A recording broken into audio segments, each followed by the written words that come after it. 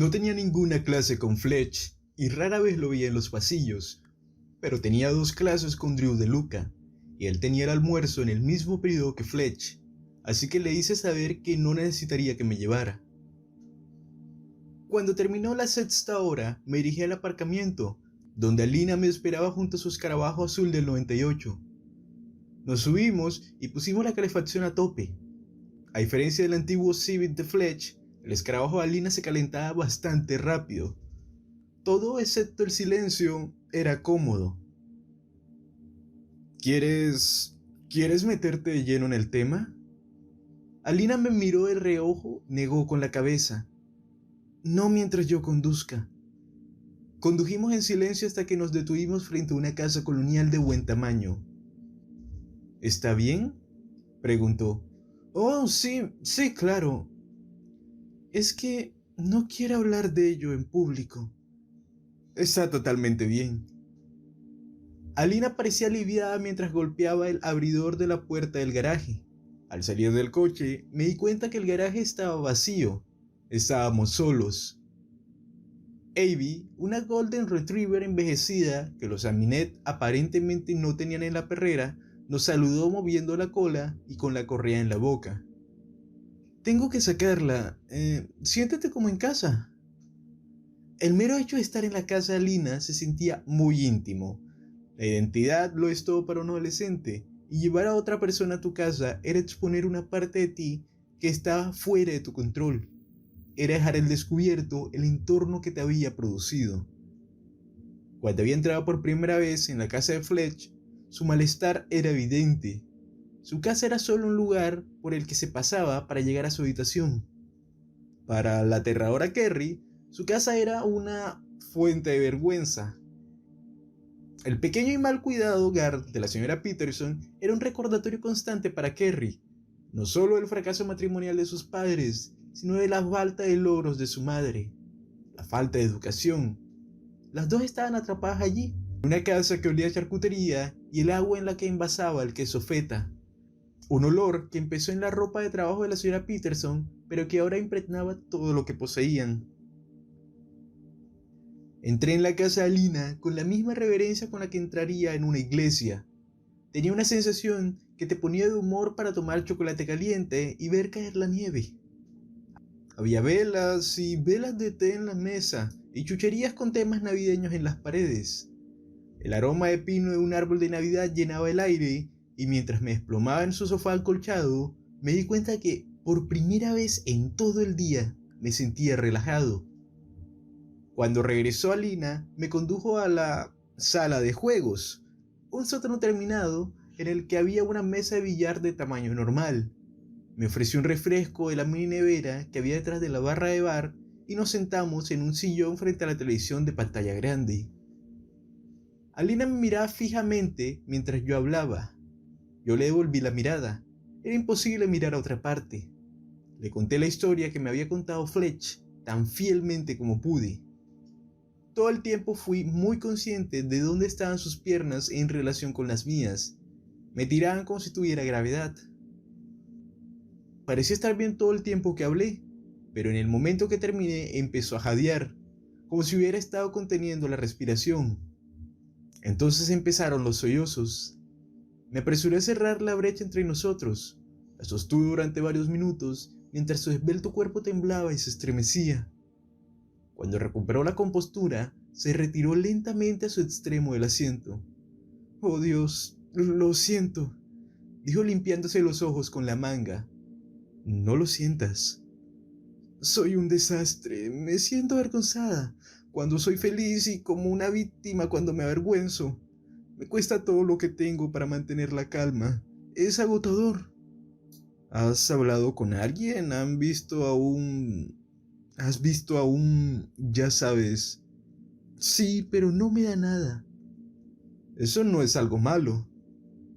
Entonces, ¿no te crees nada? Su pierna derecha empezó a rebotar sobre la punta del pie. Creía que eras el señor cazador de fantasmas. Me burlé. La comisura de su boca se movió como si estuviera a punto de sonreír. Por un segundo fugaz, me sentí conectado a ella, con la antigua Alina. No iba por ahí diciendo a todo el mundo que conocía por qué me importaba tanto la historia de fantasmas. No llevaba nada de personal en la manga, pero se lo conté a Lina. Ella escuchó, asintió y me entendió. ¿Puedo preguntarte algo? Ella asintió. ¿Por qué te importa si el reloj del viudo es real? Necesito que se equivoquen conmigo. La gente que me mire en los pasillos, que me culpen, como Fletch y John Murphy. Fletch está dolido, él no te culpa, no realmente. Sí lo hace, todo el mundo lo hace. Todo lo que consiguen son esos pequeños fragmentos sobre lo mucho que Rod me quería. Les he oído hablar de ello. Dicen que pensaban que era mejor que él porque vivía en una casa grande, o porque no era un deportista, o porque era un simple nerd. Él me amaba y yo era una perra por rechazarlo. Alina subió las piernas hasta el pecho y se abrazó las rodillas. Recuerdo que me llamó la atención lo mucho que se parecía a una niña. En aquel momento me pareció extraño, pero en retrospectiva, con apenas 17 años, Alina era prácticamente una niña que se daba cuenta por primera vez de que sus compañeros se sentían con derecho a opinar sobre lo que hacían con su cuerpo y sus afectos. Quería decirle que no era cierto, que nadie quería realmente que fuera una interesada por el dinero superficial, o una simple zorra. Quería hacerlo, pero también había escuchado los susurros. La verdad es que, dijo ella, lo único que realmente sabía él es que incomodaba. Me moví a su lado y puse mi brazo alrededor de su hombro. Pude sentir lo tensa que estaba mientras miraba fijamente hacia adelante. No es tu culpa. Su pelo olía a vainilla. Alina, mírame. Parecía tan llena de incertidumbre, asustada, puse mi otra mano en su muñeca. Voy a ir allí, al Quabin. Ella me agarró por el hombro y me sostuvo como si me fuera a caer. No pude evitar sonreír ante su preocupación. No voy a entrar, solo voy a escuchar las campanas. Ella estudió mi cara, estábamos a solo unos centímetros de distancia y mi corazón se aceleró. Además, dije mientras me inclinaba, quiero hacerlo. Y la besé.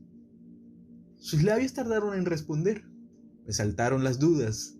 ¿Se sorprendió? ¿Era un rechazo? ¿Había cruzado una línea? Me sentí como la aterradora Carrie en Greenfield, pero Alina no se retiró.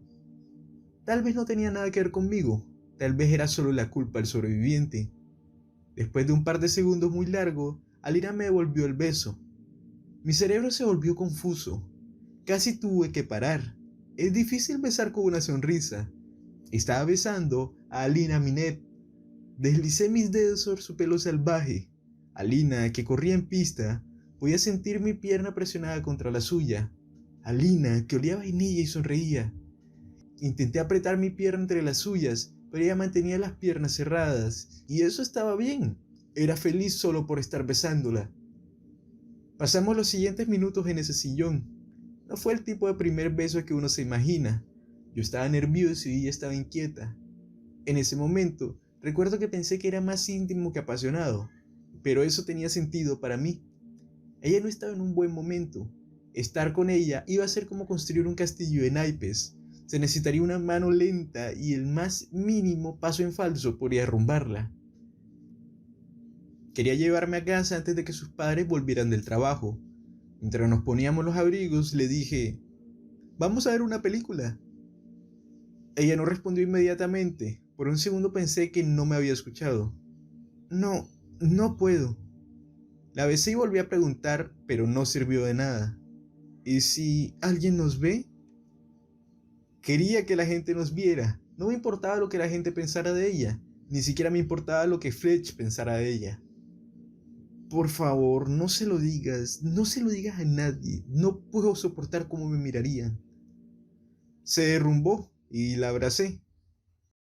Mientras estaba en la cama esa noche me encontraba fantaseando con Alina. No era sexual, diablos, ni siquiera era sobre el beso. Era sobre las cosas más mundanas. Acariciándola mientras veíamos la televisión, tomar su mano mientras caminábamos por los pasillos de la escuela, tener pequeñas discusiones sobre quién se sentaba en la mesa del almuerzo. Fue entonces cuando resolví que tenía que encontrar la aguja en el bosque. Justo en medio de la fantasía de Alina, disculpándose por no querer sentarse con mis amigos y diciéndome a la fantasía de mí que yo era lo más importante del mundo para ella. Tenía que encontrarlo para Lina, para sacarle la culpa que tenía sobre sus hombros. ¿Y era realmente tan loco pensar que podría haber algo de verdad en ello? Aunque fuera un escéptico sobre la conexión con el reloj del viudo, ¿no podría Robert Edward Keenan haber seguido el sonido de las campanas? ¿No podría haber descubierto una aguja sobresaliendo del suelo? Tal vez incluso encontró un cuerpo. ¿No había mencionado Fletch que alguien había desaparecido de ese parque de remolques? Si hubieran encontrado su cadáver, eso podría haberle llevado al límite. Ese pensamiento me hizo sentir un escalofrío. Las 2 últimas semanas antes de las vacaciones de Navidad siempre están llenas de exámenes parciales y proyectos, y ese año no era una excepción. Era la última cosa del mundo que cualquiera de los dos quería hacer, pero con un proyecto de grupo que debía presentarse el lunes, tuve que reunirme con la terror Kerry en la biblioteca. Estábamos bromeando mientras me rompía el culo buscando fuentes para nuestra presentación de Robespierre. Prácticamente había llevado a Kerry a través de la primera mitad de la historia europea, cuando le dije que había cambiado de opinión. Quería visitar el Quavin. Kerry estaba encantada. ¿Cuándo quieres ir? No sé, en algún momento de las vacaciones, supongo. Deberíamos averiguar todo sobre ello. ¿Sobre quiénes? El relojero y su esposa. Solo uno de mis libros de Nueva Inglaterra embrujada contaba la historia del reloj del viudo, y tal vez fuera porque al principio había sido escéptico de que la historia estuviera basada en algún tipo de realidad. Pero sinceramente nunca se me ocurrió que hubiera algo más que saber. Pero si había un relojero, tenía que haber fabricado relojes, y si había sido un asesinato, debía haber una esquela. Kerry desapareció en el sótano donde la biblioteca guardaba sus microfichas. Cuando se fue, pude terminar de investigar nuestro trabajo en poco tiempo, y cuando bajé, ya había averiguado bastante. El relojero era un inmigrante alemán llamado Adolf Riffler, nacido en 1857. Fue contratado en algún momento entre 1905 y 1907 para construir el reloj de la Custom House Tower de Boston por un arquitecto llamado Robert Swain Peabody. El reloj fue un fracaso. En un esfuerzo por dejar en evidencia a sus 2 hermanos, que también eran maestros relojeros, Riffler intentó militarizar varios de los componentes del motor. Aunque el reloj funcionaba, no era capaz de dar la hora exacta. El reloj fue conocido por algunos como la locura de Adolf, hasta mediados de los años 30, cuando la infamia de Hitler superó a la de Riffler. La novia era la sobrina de Robert Swain Peabody, Amy Lowell Putnam, nacida en 1892. Tenía solo 16 años cuando se casó con Riffler, que para ese entonces tenía 51 años. Supongo que la diferencia de edad no era tan inusual en aquellos tiempos, pero en 1999, cuando Alina tenía 17 años, la idea de que estuviera con un hombre de más de 50 años me erizaba la piel. También me hizo ver a Amy Lowell Putnam con más simpatía. Imagina que te casan a los 16 años con un hombre que te triplica o mucho más la edad. Imagina 20 años de matrimonio con ese hombre y despertarte para encontrarte con 30 y tantos años, todavía en el corazón de tu plenitud sexual con un marido de 70 años. Por supuesto que se sentía atraída por otros.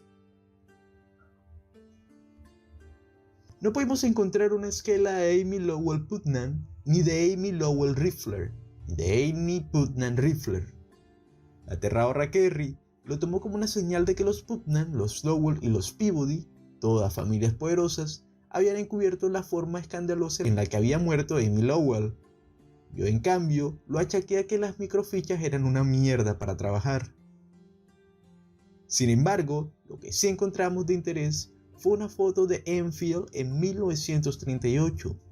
En ella apareció una gran colina con la mayoría de sus árboles talados, un tractor apartando algunos escombros y un hombre solitario de espaldas a un gran edificio colonial. El gran edificio colonial era el único que seguía en pie y tenía una pequeña torre. No pudimos ver si tenía o no reloj. Las viejas pantallas de microfichas no tenían precisamente una gran resolución, pero basándonos en su proximidad a la colina, era fácil de ver cómo la tierra suelta podría haberla envuelto, o a otro edificio muy parecido, cuando las aguas de la inundación llegaron, dejando solo una aguja que sobresalía por encima de la tierra. Solo encontramos una referencia más a Adolf Riffler, una esquela publicada en The Boston Globe en 1941. Ojalá pudiera recordar la fecha. Mencionaba que se le buscaba para interrogarle en relación con una desaparición, pero eso era todo. Riffler había muerto en Múnich. Se omitió la causa de la muerte, pero a los 84 años probablemente fue solo por vejez. Riffler debió de huir del país en algún momento en medio de los años 30, en una época en la que la Alemania a la que regresó debía ser muy diferente de la que había dejado en un principio. No sé por qué, pero de alguna manera, conocer estos detalles históricos hizo que la historia del reloj del viudo fuera mucho más plausible. Ya no era la historia de un hombre con una esposa infiel, los personajes definidos por nada más que su relación entre ellos. Empezó a ser la historia de dos personas, Amy Lowell Putnam, inquieta y hambrienta de atención conyugal, encadenada a un viejo incapaz de darle lo que necesitaba, y el orgulloso Adolf Riffler, obsesionado con demostrar su valía tras su fracaso diseño en torre del reloj. Demasiado ocupado y demasiado viejo para ver lo que su joven esposa estaba haciendo. Como su madre tenía el coche ese día, cuando nos entró el hambre, Kerry y yo tuvimos que elegir entre esperar a mi madre para que nos recogiera o ir a pie hasta la casa de la pizza, ciudad omitida, para comer algo. A pesar del frío, optamos por lo segundo. Al sentarnos en un puesto con un trozo caliente delante de los dos, las cosas entre Kerry y yo volvieron a estar bien por primera vez desde nuestro viaje a Greenfield. Rápidamente nos pusimos a discutir los planes de nuestro viaje. «Deberíamos salir temprano», dijo ella. La primera vez que Rob escuchó las campanas fue justo después del atardecer. «Sí, pero cuando más tarde sea, menos probable es que nos encontremos con algún guardabosques».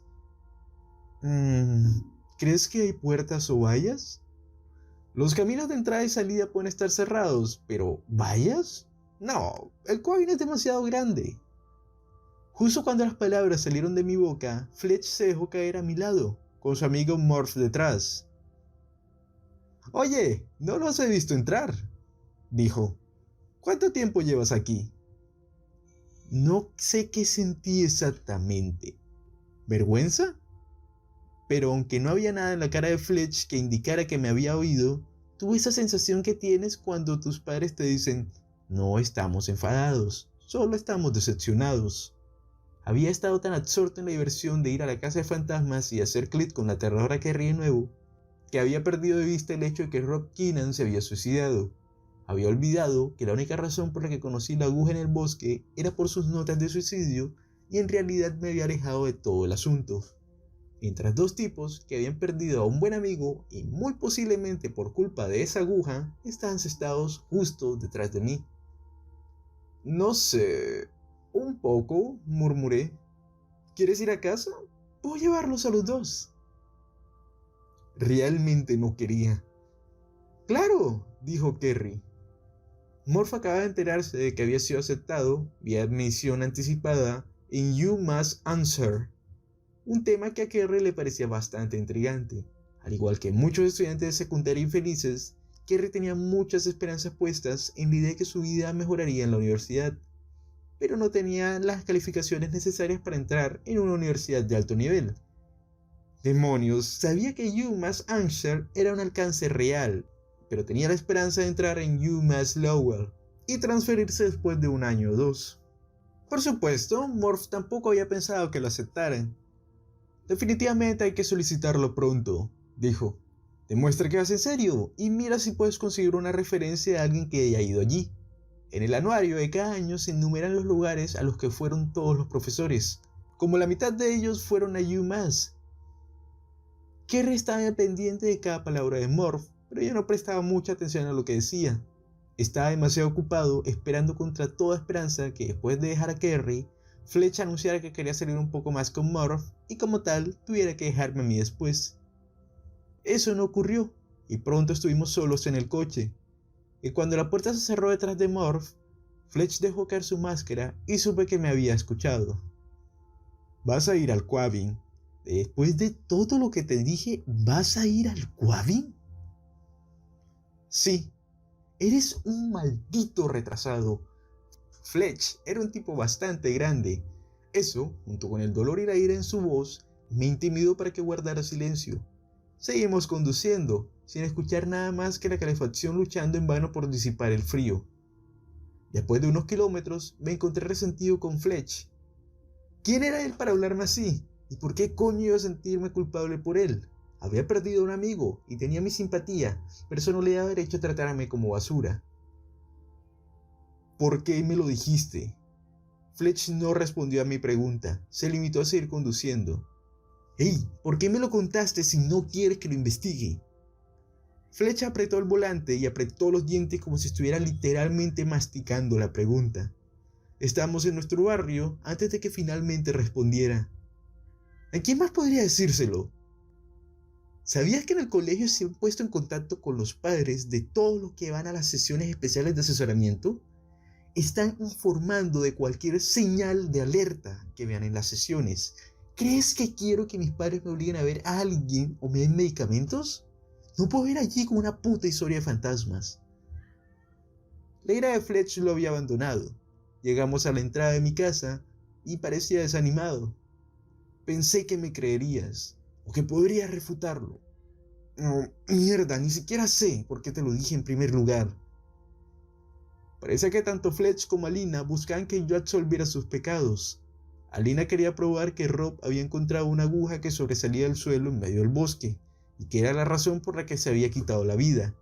Fletch quería que le dijera que solo era una historia de fantasmas.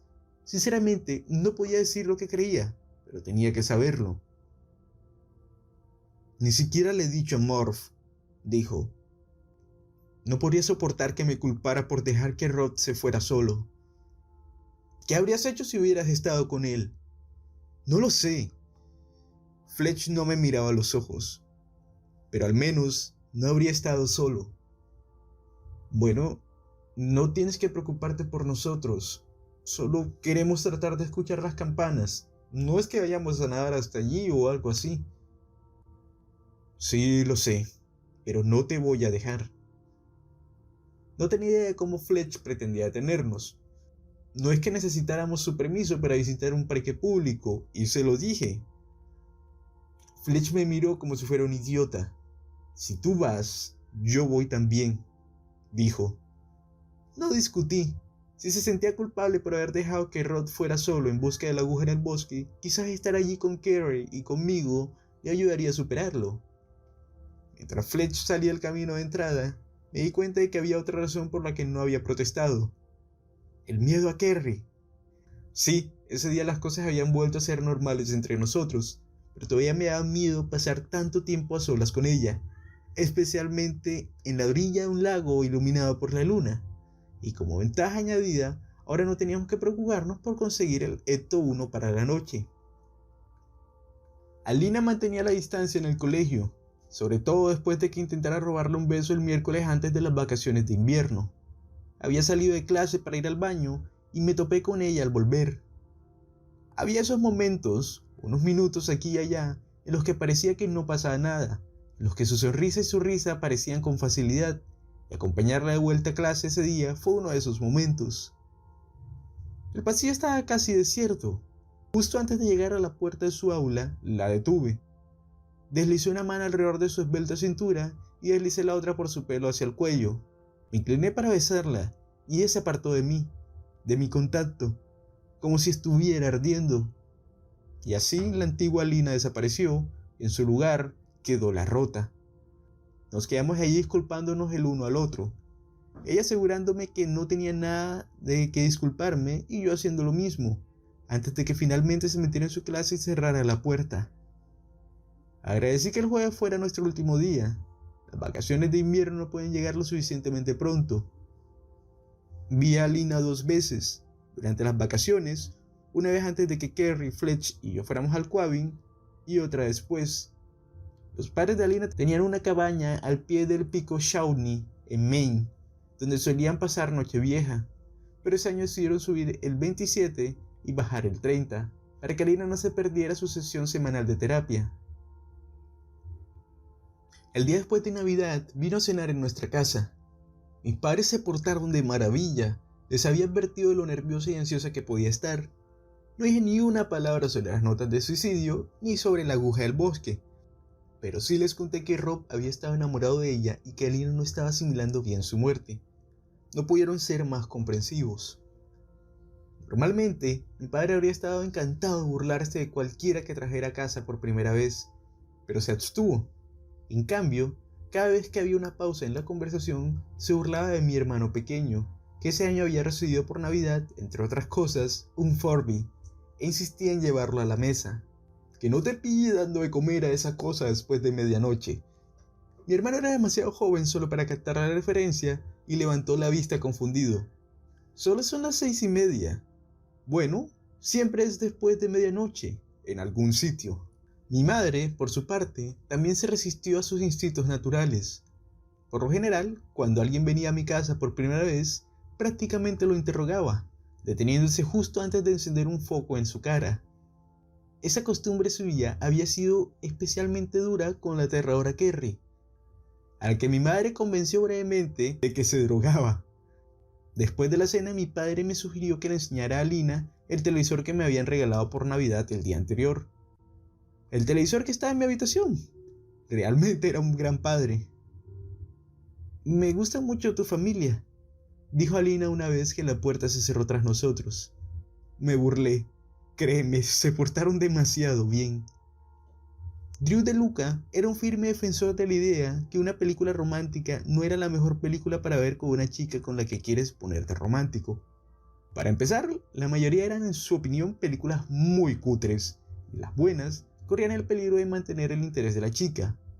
Lo que querías era una película agradable y encantadora, pero lo suficientemente ligera como para poder perderte una buena parte de ella sin sentirte perdido y tener que rebobinar. El tipo de película con la que te tropiezas mientras ves la televisión un domingo por la tarde y que terminas aunque ya esté a mitad de camino. Me puse a ver Maverick. Alina se sentó en el suelo y yo la seguí, no sin antes coger un par de almohadas de mi cama. Sus movimientos eran rígidos mientras se acomodaba en la almohada. Intenté no parecer demasiado ansioso mientras me colocaba detrás de ella y le pasaba el brazo por la cintura. Mientras empezaba la película, no dejaba de pensar en las fantasías que había tenido la noche después de nuestro primer beso, en lo agradable que sería estar junto a Alina viendo la televisión. Solo estar cerca de ella y nada más. Tenía razón, pero al estar realmente a su lado, con mi mano apoyada ligeramente en su vientre plano, encontré otras ideas aún más tentadoras. Me acerqué a ella, saboreando la fragancia que su champú con aroma a vainilla dejaba en su pelo salvaje. Mis dedos se deslizaron lentamente, casi imperceptiblemente, por su cuerpo tonificado. Alina detuvo mi mano. ¿Tus padres suben alguna vez aquí?, susurró. No, estamos solos. ¿En realidad te importaría que viéramos estos? No lo he visto antes. Oh, no, está bien, dije maldeciendo mentalmente el día en que DeLuca había nacido. Pasé la siguiente hora a atrapar una balsa salvavidas a la deriva en el mar. Después de la película, mi suerte no mejoró mucho. Los créditos se empezaron a rodar y se me metió en la cabeza que Alina podría sentirse más cómoda expresando su afecto por mí si sentía que tenía el control. Le besé el cuello donde se unía su mandíbula y tiré de su ágil cuerpo sobre el mío. La presión de su peso sobre mí era un placer insoportable. Los ojos se me pusieron en blanco. El pensamiento consciente se desvaneció. Mis dedos se dirigieron a la piel desnuda de su espalda. Podía sentir las ligeras protuberancias de sus vértebras levantando su piel. Era extrañamente embriagador. ¿Desde cuándo me atraen las espinas dorsales? Rozaba mi mejilla con la suya e inclinaba la cara para que nuestras bocas se alinearan. Sus labios se separaron tímidamente. Escuché los sutiles cambios en su respiración que me indicarían cuándo sería seguro dar el siguiente paso. Su respiración se hizo más profunda. Deslicé mis manos hacia arriba, hacia su espalda, hasta llegar al tirante satinado de su sujetador. Nunca había tocado un sujetador en mi vida y solo tenía una vaga idea de cómo guiar los ganchos desde los ojos. Mordisqué su oreja mientras mis dedos tanteaban bajo la camiseta de Alina y fue entonces cuando sentí que ella estaba llorando. Oye, ¿estás bien? Mira, susurré mientras sacaba mis manos de su camisa. ¿Ves? Ella ahogó un sollozo y apretó la cabeza de mí. Estaba muy asustada. Sabía que no podía ser demasiado ansioso con ella. Sabía que no podía presionarla demasiado. Ella estaba en un estado frágil y ahí estaba yo, pensando con cualquier cosa menos con la cabeza correcta. Mi única defensa era que solo quería hacerla sentir bien. Había pensado que como yo le gustaba, le gustaría mi tacto, tanto como yo deseaba el suyo. Pero había pensado mal, en muchos niveles. Le empujé suavemente la barbilla para mirarla a los ojos. No quise empujarte demasiado. ¿Estás bien? Asintió con la cabeza y la sostuve hasta que se levantó de mí. Alina se paseó por mi habitación haciendo un ejercicio de respiración que le había enseñado su terapeuta. Bajé a buscar un par de vasos de agua. Era lo mínimo que podía hacer. Mientras estaba en la cocina, mi padre me lanzó una mirada interrogativa y un pulgar hacia arriba a espaldas de mi madre. Negué con la cabeza y les juro que me sentí como un depredador. Una vez que se calmó el suficiente como para sentarse, nos sentamos en mi cama, muy separadas la una de la otra, sirviendo el agua y hablando. «No eres tú», dijo ella. Sí, no te preocupes por eso. Sé que te gustó. Alina sintió un poco mientras miraba su agua. Esto pasará, dije. La gente de la escuela pasará a otra cosa y te dejarán en paz y podrás volver a la normalidad. Alina se levantó y empezó a pasearse de nuevo. Mis padres ni siquiera creen que pueda faltar una sesión por Año Nuevo. ¿Cómo es eso normal? Odio que no vayamos a estar en Shawnee para Año Nuevo. Dejó el vaso sobre mi escritorio, sus manos tan inquietas como sus piernas. Todos los años vamos a esquiar por la mañana y luego vamos al North Conway a cenar y a ver los fuegos artificiales hasta que mi madre tiene demasiado frío y quiere volver. Eso es todo lo que quiero y ni siquiera puedo soportar eso. ¿Y si encuentro algo en el Quabin? Alina se detuvo prácticamente a la mitad de camino y me miró fijamente.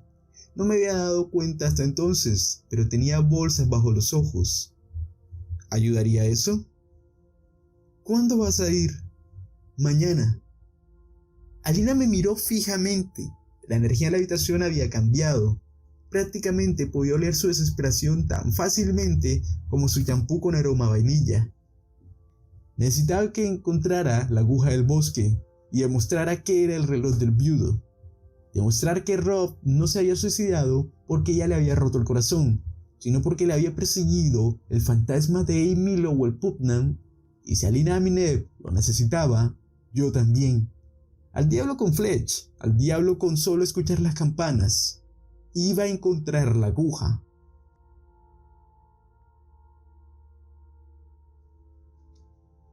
Muchísimas gracias por ver este video. Si te gustó, te invito a darle like y suscribirte. Te ha hablado Bishop y te deseo un feliz día, tarde o noche.